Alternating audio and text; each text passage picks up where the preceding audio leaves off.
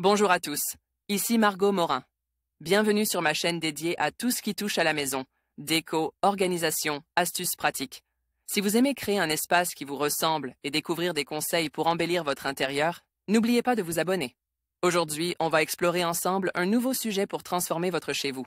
Prêt? C'est parti! Bonjour à tous. Dans cette vidéo, je vais vous parler d'un sujet qui passionne de nombreux amateurs de jardinage. Comment choisir un abri de jardin?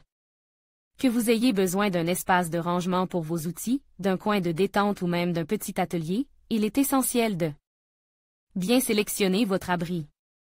Je vais vous donner des conseils pratiques sur les différents types d'abris, les matériaux à privilégier et les critères à prendre en compte pour faire le meilleur choix.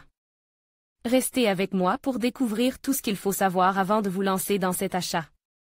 L'achat d'un abri de jardin est très important, car il doit s'harmoniser avec la maison et le jardin, mais aussi remplir le rôle que vous attendez de lui. 1. Achat d'un abri de jardin, surface de l'abri. La surface de l'abri dépend de sa destination. Jusqu'à 6 mètres carrés, vous pouvez y stocker outils, tondeuses, et même les vélos. De 6 à 15 mètres carrés, vous pouvez installer un petit établi pour bricoler.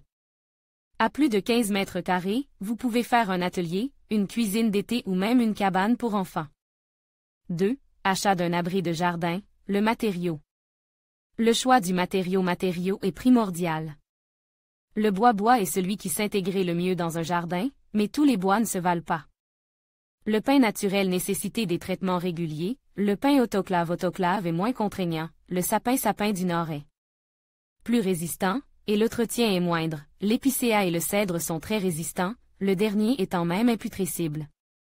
Un abri de jardin en aluminium ou acier est facile à entretenir et à installer, mais l'isolation est très mauvaise. Quant au PVC, il ne concerne que les petits abris et n'est pas très solide.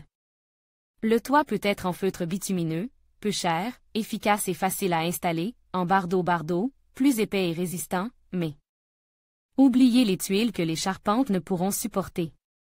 3. Legislation.